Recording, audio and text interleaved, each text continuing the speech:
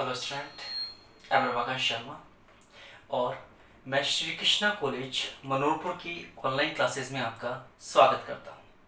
ठीक है, और आज हम स्टार्ट करेंगे बीएससी फर्स्ट ईयर के नेक्स्ट वीडियो से, जिसमें हम पढ़ेंगे कोशिका झिल्ली के गुण, प्रॉपर्टीज ऑफ सेल मेम्ब्रेन या फिर कोशिका झिल्ली के गुण।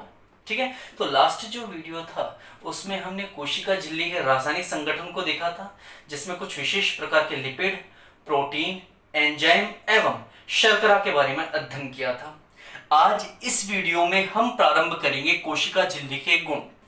ये वीडियो इसलिए भी इंपॉर्टेंट है क्योंकि यहाँ पर मैं आपको परासरण और विसरण दो चीजें भी क्लियर करूंगा। वैसे सबको आता है कि परासरण क्या होता है, विसरण क्या होता है, लेकिन किस कोशिका को किस विलयन में रखने पर कौन सा पदार्थ अंदर जाएगा, कब पदार्थ बाहर आएगा, विलयन कितने प्रकार के होते हैं, अल्प परासरी, अति परासरी, सम परासरी, किसका किस कोशिका पर कैसा प्रभाव होता है, वो सारी चीजें मैं आपको इस वीडियो में क्लियर करने की कोशिश करूंगा। ठीक है, तो स्टार्ट करते हैं हम कोशिका झिल्ली के गुण के साथ। ठीक, तो पहला जो कोशिका झिल्ली का गुण है वो है पारगम्यता। पारगम्यता का मतलब होता है इंग्लिश में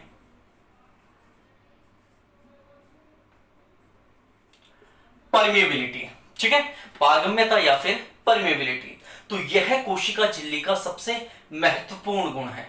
क्या है? सबसे इंपॉर्टेंट गुण है, सबसे महत्वपूर्ण गुण है। क्यों? क्योंकि कोशिका झिल्ली क्या होती है? चयनात्मक पारगम्य। कोशिका झिल्ली क्या होती है? चयनात्मक पारगम्य, मतलब सेलेक्टिव परमेएबल। चयनात्मक पारगम्य का तात्पर्य क्या होता है?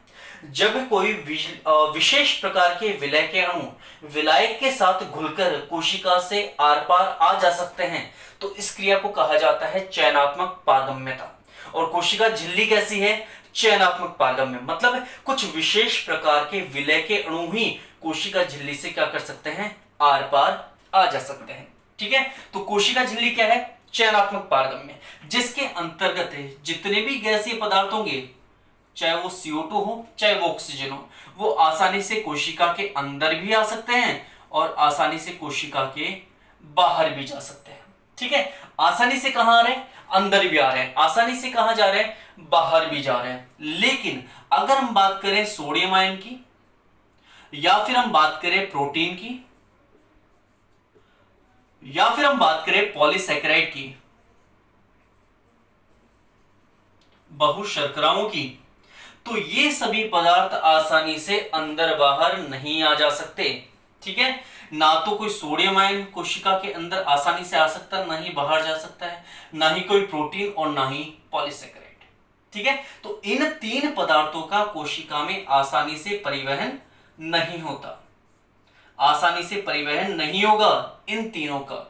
जबकि गैसीय जो पदार्थ है, चाहे ऑक्सीजन हो चाहे CO2, इन दोनों का कोशिका में इजीली परिवहन होगा, आसानी से क्या होगा? परिवहन होगा। ठीक है, अगर आसानी से परिवहन हो रहा है, मतलब किसी प्रकार का कोई भी व्यवधान नहीं आ रहा, कोई रुकावट नहीं आ रही, तो इस प्रकार के परिवहन को हम निष्क्रिय परिवहन भी कह सकते हैं। क्या कह सकते हैं? निष्क्रिय परिवहन, पैसिव ट्रांसपोर्ट, मतलब वह परिवहन जिसमें ऊर्जा की आवश्यकता नहीं है। और ऊर्जा की आवश्यकता कब नहीं होगी? जब चीजें कैसे होंगी? आसानी से। अगर आसानी से होंगी तो आपको ज्यादा ऊर्जा व्यय करने की आवश्यकता नहीं होती है। क्योंकि यहां पर गैसों का परिवहन कैसे हो रहा है? इजीली हो रहा है, बिना किसी रुकावट के हो रहा है, इसलिए इनका परिवहन कैसे होगा? निष्क्रिय रूप से। जबकि चूंकि यहां पर सोडियम का, पोटेशियम का और पॉलीसैकेराइड का जो परिवहन है वो आसानी से नहीं हो रहा, आसानी से नहीं हो रहा, इस कारण इनका जो परिवहन होगा वो किस रूप में होगा? सक्रिय रूप में। तो इस प्रकार के परिवहन को एक्टिव ट्रांसपोर्ट या फिर सक्रिय परिवहन कहा जाएगा। ठीक है, तो इस पारगम्यता में हमने दो चीजें देखी हैं।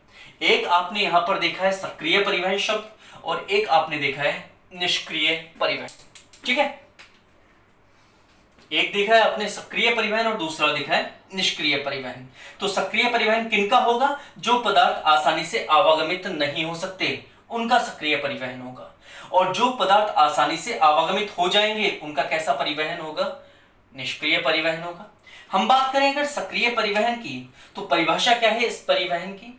वह परिवहन जिसमें पदार्थों के आवागमन के लिए किसकी आवश्यकता होती है? ऊर्जा की, और ऊर्जा के रूप में किसकी? एटीपी की। तो इस प्रकार के परिवहन को क्या कहते हैं? सक्रिय परिवहन। वह परिवहन जिसमें पदार्थों के आवागमन के लिए ऊर्जा अथवा एटीपी की आवश्यकता होती है, वह परिवहन सक्रिय परिवहन कहलाता है। जबकि वह परिवहन जिसमें एटीपी अथवा ऊर्जा की आवश्यकता नहीं होगी, वह परिवहन कैसा कहलाएगा? निष्क्रिय परिवहन कहलाएगा। बात समझ में आई? तो ये था हमारा पहला पॉइंट, पारगम्यता। पारगम्यता का तात्पर्य क्या है? कोशिका झिल्ली या प्लाज्मा झिल्ली के द्वारा पदार्थों के आवागमन की जो क्रिया है उसे पारगम्यता कहा जाता है। कोई भी पदार्थ कोशिका के अंदर आ रहा है कोशिका झिल्ली से, और कोई भी पदार्थ कोशिका झिल्ली से बाहर जा रहा है, यह जो क्रिया है ये क्या कहलाती है? परमेबिलिटी या फिर पारगम्यता। ये क्षमता है किसकी? कोशिका झिल्ली की। और कोशिका झिल्ली पारगम्यता के आधार पर कैसी है? चयनात्मक पारगम्य, अर्थात कुछ विशेष प्रकार के अणुओं को क्या करती है? कोशिका से अंदर या बाहर आने देती है। ठीक है, तो ये कैसी है? चयनात्मक पारगम्य। इसके बाद हमने पढ़ा कि कोशिका झिल्ली जो है वो पारगम्यता के आधार पर ऑक्सीजन और CO2 का आसानी से परिवहन करती है या फिर आवागमन करती है, जबकि सोडियम, प्रोटीन और पॉलीसैकेराइड का परिवहन करने के लिए कोशिका झिल्ली में किसकी आवश्यकता होती है? ऊर्जा की आवश्यकता होती है। अतः कोशिका झिल्ली में जो पारगम्यता पाई जाती है उस पारगम्यता को हम सक्रिय एवं निष्क्रिय रूप में क्या कर सकते हैं? विभाजित कर सकते हैं। सक्रिय जो पारगम्यता होती है वो सोडियम के लिए, प्रोटीन के लिए और पॉलीसैकेराइड के लिए पाई जाती है, जिनका आसानी से परिवहन नहीं होता। जबकि निष्क्रिय परिवहन CO2 तथा O2 जो गैसीय पदार्थ हैं उनके लिए दर्शाया जाता है। सक्रिय परिवहन में एटीपी अथवा ऊर्जा की आवश्यकता होती है, जबकि निष्क्रिय परिवहन में एटीपी अथवा ऊर्जा की आवश्यकता नहीं होती। यह था हमारा पहला पॉइंट, कौन सा? पारगम्यता। तो कोशिका झिल्ली का पहला गुण क्या है? पारगम्यता। पारगम्यता मतलब है कोई भी पदार्थ अंदर आ सकता है, कोई भी पदार्थ बाहर जा सकता है, ये पारगम्यता कहलाती है। लेकिन कोशिका झिल्ली कैसी है? चयनात्मक पारगम्य, अर्थात ये केवल विशेष प्रकार के जो विलय हैं, विलय और विलायक दो चीजें होती है जिनसे विलयन बनता है, तो कुछ विशेष प्रकार के विलय का ही क्या करती है? यह आवागमन करती है। आवागमन मतलब है ट्रांसपोर्टेशन करती है, इसलिए कैसी है?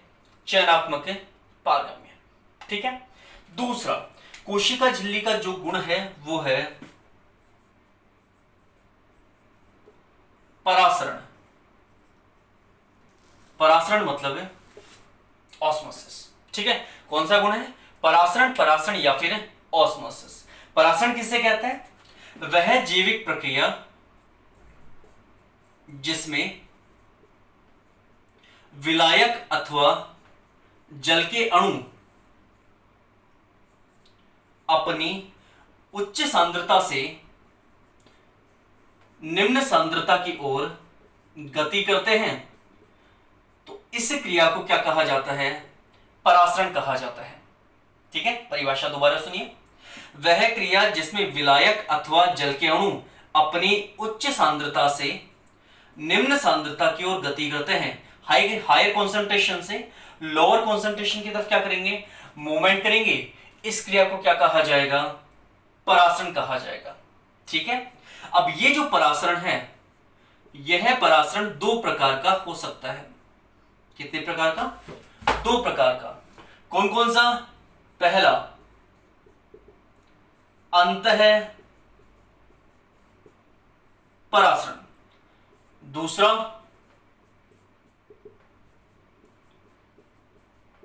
बही परासरण। ठीक है, पहला कौन सा है?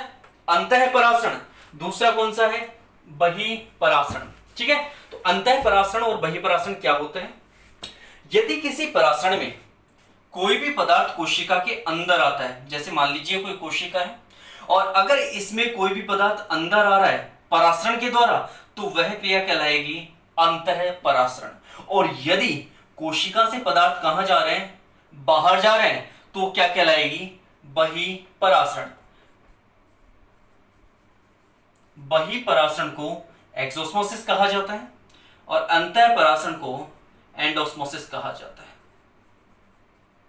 ठीक है, तो अंतःपराशरण में क्या होगा, जो पदार्थ होगा वो कहाँ आएगा, अंदर। अब पदार्थ का यहाँ मुख्य रूप से किससे लिया जाता है, विलायक या जल से।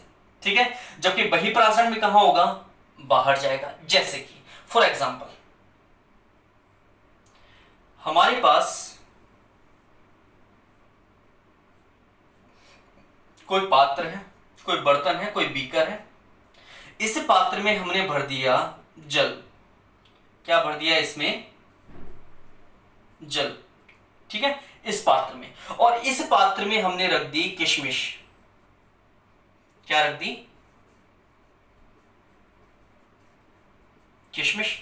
तो कुछ समय बाद क्या होगी, ये जो किशमिश है इसके अंदर जल प्रवेश करेगा, और ये जो किशमिश पहले संकुचित थी वो फूलकर कैसे हो जाएगी, गोल हो जाएगी। मतलब हुआ क्या था कि जल के अणु बाहरी माध्यम से कहां प्रवेश कर रहे थे, कोशिका के अंदर। तो हो गई अंतःपराशरण की क्रिया। बात समझ में आई। अगर हमने किसी किशमिश को जलीय विलयन में रख दिया, जल में रख दिया, शुद्ध जल में रख दिया मान लीजिए, तो क्या होगा, जल में रखने के बाद शुद्ध का प्रयोग नहीं करेंगे, सिर्फ सामान्य जल का ही प्रयोग करेंगे, नल का जो जल होगा उसका ही। तो जल में रखने के बाद किशमिश क्या हो जाएगी, फूल जाएगी। किस प्रक्रिया के कारण, अंतःपराशरण के कारण। लेकिन यदि इसी किशमिश को किस में रख दिया जाए, शर्करा के सांद्र विलयन में। किस में रख दिया जाए, शर्करा के सांद्र विलयन में, तो किशमिश क्या हो जाती है, और ज्यादा क्या हो जाती है, संकुचित हो जाती है। क्यों, क्योंकि जो पदार्थ होते हैं वो कहां आ जाते हैं, बाहर। तो एक अवस्था ऐसी है जिसमें पदार्थ अंदर प्रवेश कर रहे हैं, और एक अवस्था ऐसी है जिसमें पदार्थ कहां आ रहे हैं, बाहर आ रहे हैं। दो चीजें हैं यहां पर, एक में पदार्थ अंदर जा रहे हैं और दूसरे में पदार्थ कहां आ रहे हैं, बाहर आ रहे हैं। तो अगर पदार्थ अंदर जाते हैं तो इस क्रिया को कहते हैं अंतःपराशरण, और अगर पदार्थ कोशिका से बाहर आते हैं तो इसे कहते हैं बहिःपराशरण। ठीक है, तो यहां पर हमने देखा दो प्रकार का पराशरण। इस पराशरण की प्रक्रिया के द्वारा जो कोशिका है, यह कोशिका भी पदार्थों का क्या करती है, आवागमन करती है। ठीक है, तो ये था पराशरण के आधार पर कोशिका का गुण, कि कोशिका का एक मुख्य गुण पराशरण भी है। ठीक, अब एक एक्स्ट्रा चीज समझाता हूं आप लोगों को, कि सामान्यतया जो विलयन बनाए जाते हैं या प्रकृति में जो विलयन है वो तीन प्रकार के हो सकते हैं। एक हो सकता है अति पराशरी विलयन, इंग्लिश में कहते हैं हाइपरटोनिक सॉल्यूशन। ठीक है, एक होता है अल्प पराशरी विलयन, मतलब हाइपोटोनिक सॉल्यूशन, और एक होता है समपराशरी विलयन, मतलब आइसोटोनिक सॉल्यूशन। तो पदार्थों की जो गति है, कौन कहां से कहां जा रहा है, वह गति किस पर निर्भर करती है, इन तीन प्रकार के पराशरण विलयनों पर। ठीक है, जैसे अति पराशरी किसे कहेंगे, देखो ज्यादातर जितने भी, ज्यादातर क्या, सभी जो विलयन है वो दो ही चीजों से बने हैं। किस किस से, विलय और विलायक से। अब चाहे वो अल्प पराशरी हो, चाहे अति पराशरी हो, चाहे समपराशरी हो, सब किससे बने होंगे, विलय और विलायक से। यदि किसी विलयन में विलायक की मात्रा कम हो जाए और विलय की मात्रा बढ़ जाए, जैसे मान लीजिए कोई 100% सॉल्यूशन है, इसे 100% सॉल्यूशन में विलय कितने हो, 90%, और विलाय कितना हो, 10%। मतलब क्या हुआ, क्या विलायक की मात्रा कम हो गई लेकिन विलय की मात्रा क्या हो गई, बढ़ गई। तो जब विलय की मात्रा ज्यादा होती है किसी विलयन में, तो इस प्रकार का विलयन क्या कहलाता है, अति पराशरी। अति पराशरी को अगर सामान्य रूप से समझा जाए तो मतलब गाढ़ा विलयन। अब गाढ़ा किसे कहेंगे, गाढ़ा उसे कहेंगे जिसमें आप कोई चीज डाल रहे हो वो ज्यादा डल गई हो। जैसे नमक का विलयन बनाना था आपको, तो जल क्या था आपके पास, विलायक। जल क्या था, विलायक, और विलय के रूप में क्या था, नमक। अब वो गाढ़ा कब बनेगा, जब आप नमक ज्यादा डाल दोगे, तो नमक ज्यादा हो जाएगा किसकी तुलना में, जब जल की तुलना में, तो उसका विलयन, किसका, नमक का विलयन कैसा हो जाएगा, गाढ़ा हो जाएगा ना। तो एक तरह से अति पराशरी का मतलब गाढ़ा होता है, ये ध्यान रखना। ठीक है, तो वह विलयन जिसमें विलय पदार्थ की मात्रा ज्यादा हो और विलायक की मात्रा क्या हो, कम हो। जबकि परासरण में हमेशा गति कौन करेगा, विलायक के अणु, ये भी ध्यान रखना। कौन गति करते हैं, विलायक के अणु। तो विलय की मात्रा ज्यादा है, विलायक की मात्रा कम होगी, तो विलयन कैसा होगा, अति परासरी। ठीक है, किसकी मात्रा ज्यादा है, विलायक की मात्रा, किसकी तुलना में, विलय की तुलना में। लेकिन अगर सॉरी विलय की मात्रा ज्यादा है किसकी तुलना में, विलायक की तुलना में। लेकिन अगर विलायक की मात्रा ज्यादा हो, मतलब जल की मात्रा ज्यादा है किसकी तुलना में, नमक की तुलना में, मतलब विलय की तुलना में, तो पतला रहेगा ना विलयन, तो कहलाएगा अल्प परासरी। लेकिन अगर विलय और विलायक इन दोनों की मात्रा एक दूसरे की क्या हो, समान हो, बराबर हो, तब विलयन क्या कहलाता है, समपरासरी। अगर आपने तीन चीजें समझ ली तो आपका एग्जाम्पल भी चुटकियों में याद हो जाएंगे। ठीक है, आराम से, कोई प्रॉब्लम नहीं है। अति परासरी में क्या हुआ, अति परासरी का मतलब है गाढ़ा, बस इतना सा ध्यान रखना। अति परासरी मतलब, अति मतलब ज्यादा, क्या ज्यादा, परासरी मतलब विलयन कैसा हो गया, गाढ़ा हो गया। विलयन गाढ़ा कब हो गया, जब विलय ज्यादा है और कौन कम है, विलायक।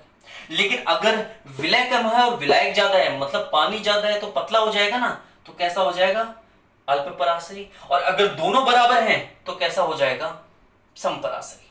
बात समझ में ये चीज यहां तक, ठीक है। अब आगे देखिए, अब इनका प्रयोग कैसे किया जाता है परासरण के लिए।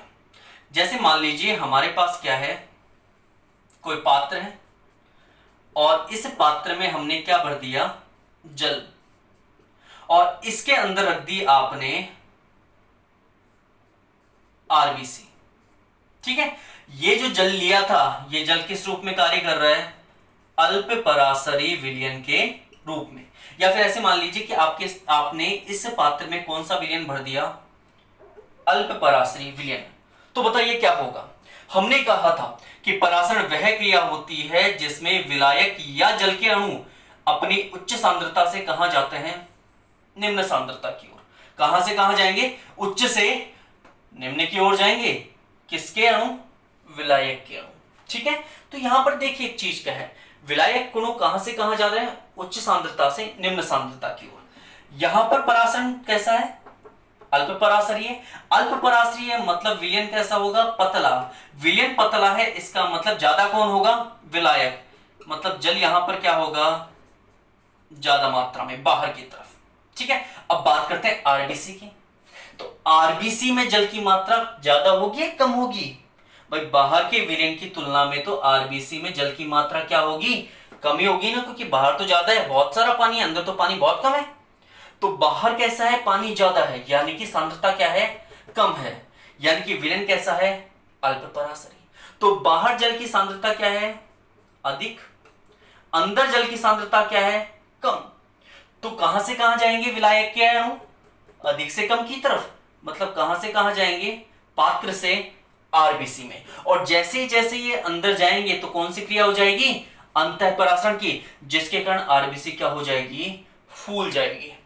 आरबीसी क्या हो, पहले आरबीसी कैसी थी, इस प्रकार संकुचित जैसी, लेकिन अब आरबीसी क्या हो गई, अंतःपरासरण के कारण फूल गई, क्योंकि विलायक के अणु अपनी अधिक सांद्रता से किस तरफ गए थे, आरबीसी में उपस्थित थे कम सांद्रता की ओर, जिसके कारण आरबीसी क्या हो गई, फूल गई। और अगर ये क्रिया लगातार चलती जाएगी तो आरबीसी क्या हो जाएगी, फट जाएगी।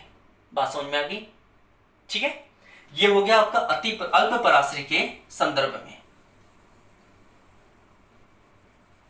अब हम बात करते हैं, मान लीजिए वही पात्र है आपके पास, वही आरबीसी है, और इस बार आपने पात्र में क्या ले लिया, अति परासरी विलयन। अति परासरी विलयन ले लिया, इसका मतलब विलायक की मात्रा क्या होगी, बाहर होगी कम। विलायक या फिर जल की जो मात्रा होगी बाहर क्या होगी, कम। अगर बाहर कम है इसका मतलब आरबीसी में बाहर की तुलना में जल की मात्रा क्या होगी, अधिक होगी। इस बार पदार्थ वही सेम, अधिक से कम की तरफ जाएंगे, मतलब अंदर से कहां आएंगे, बाहर। मतलब कौन सी क्रिया होगी, बहिर्परासरण, जिसके कारण आरबीसी क्या हो जाएगी, और ज्यादा संकुचित हो जाएगी। ठीक है, तो अति परासरी विलयन पे आरबीसी को रखने पर आरबीसी संकुचित हो गई, क्यों, बहिर्परासरण के कारण। और जब हमने इसे अल्प परासरी में रखा था तो आरबीसी फूल गई थी, क्यों, अंतः परासरण के कारण। आई थिंक आपको ये चीज समझ में आई होगी। ठीक है, तो यहां पर हमने देखा परासरण की क्रिया को, ये थी परासरण की क्रिया। इसके बाद दो क्रियाएं और हैं, एक है विसरण और एक है एक्टिव ट्रांसपोर्ट या फिर सुगमित विसरण। ठीक है, या सुगमित परिवहन, एक सक्रिय अभिगमन और आएगा। ठीक है, तो इसके बाद 2-3 टॉपिक और हैं, जिसके बाद आपके गुण समाप्त हो जाएंगे। चूंकि वीडियो लंबा नहीं करना मुझे, इसलिए मैंने सिर्फ यहाँ पर 2 ही गुण लिए हैं और आपको मैंने परासरण अच्छे से समझा दिया है कि परासरण क्या होता है, किस कोशिका को कैसे रखने पर क्या क्या होगा। ठीक है, बात समझ में आ गई। ठीक, दोबारा वही एग्जांपल आपको कमेंट में इसका आंसर लिख के भेजना है। ठीक, ध्यान से देखिए, हमारे पास कोई पात्र है और उस पात्र में हमने कौन सा विलयन रखा है, समपराश्रय विलयन, और इसमें रख दी हमने आरबीसी।